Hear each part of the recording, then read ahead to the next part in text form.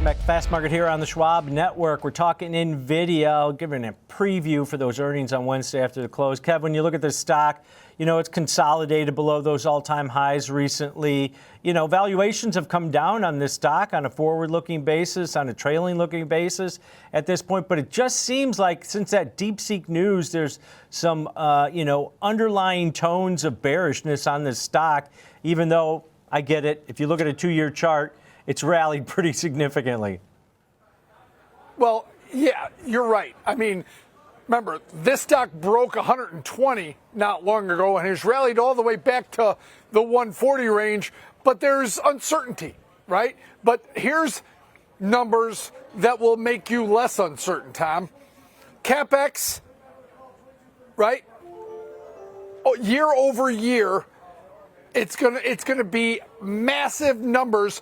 $300 billion from Amazon, Microsoft, Meta, and Google Alphabet.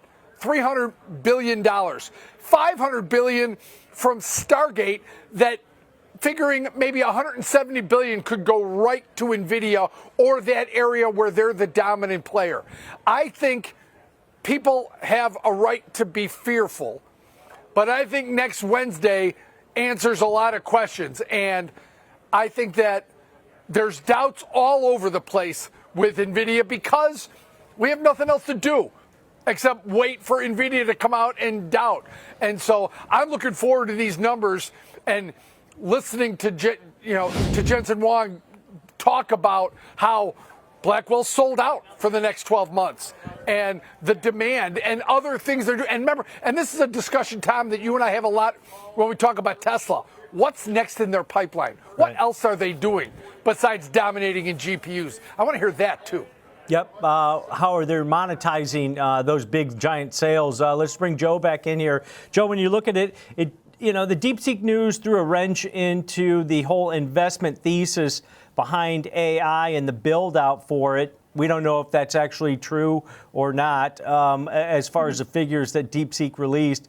But when you look at the investment like from Microsoft and Google Alphabet and Meta Platforms, they didn't say they're going to pull back on spending, and they still haven't said that even after the DeepSeek news. So it seems like the pipeline, at least for the near term, is pretty solid. Yeah, and NVIDIA is the primary benefactor of that pipeline. So you're looking at a stock that is basically, you're talking about the DeepSeek news where it pulled back to 120. Let's go back. Let's go further back and let's look at the last earnings cycle. The stock's traded down about 5.5% since the last earnings. And they weren't bad earnings. They were great earnings. But what was the news? The news was that there's delayed shipments for the Blackwell chip, right? And that, that is what kind of, pushed the stock down. Kevin brought up a good point. There's this idea that there's so many different stories coming on fundamentally, and how do you make sense of growth? I mean, really strong growth, but maybe it's not triple-digit growth anymore, right? Maybe it's high double-digit, and how do you factor that into the price of the stock and whether or not you want to buy it? When there's all of that's kind of taking place, I think sometimes it helps as a trader maybe to take a step back and just kind of look at what the market's telling you right now. Okay, so we rallied back. We're above the 50-day moving average. That's at 134.66. RSI is 56, so it's rallying back up, but it's not overbought. Not something you have to worry about, at least from that perspective. ADX. This is something I look at from a trend analysis. The ADX is showing 16. So what does that mean? That means this thing is just sideways, and it's been sideways, and it's really been that way for the last few months. So when I look at something like that, the next thing I tend to look at, guys, is kind of the option market in terms of where is the implied volatility? How is that looking? What about skew and things like that? So the current implied volatility percentile is 46%, which seems really low heading into an earnings announcement, right? I think part of that is, and this is where I really see an interesting dynamic that's happening in the options market for Nvidia right now. If you guys remember, we've had this conversation, whether or not it was on the show or when you guys, come out with me on the road for the market drives. We talk about some of that upside call buying skew that we've seen for Nvidia, that we've seen for a lot of these tech names heading into their earnings, where to a certain extent the calls are trading at a higher implied volatility than the puts, right? There's a lot of pent up enthusiasm for the upside.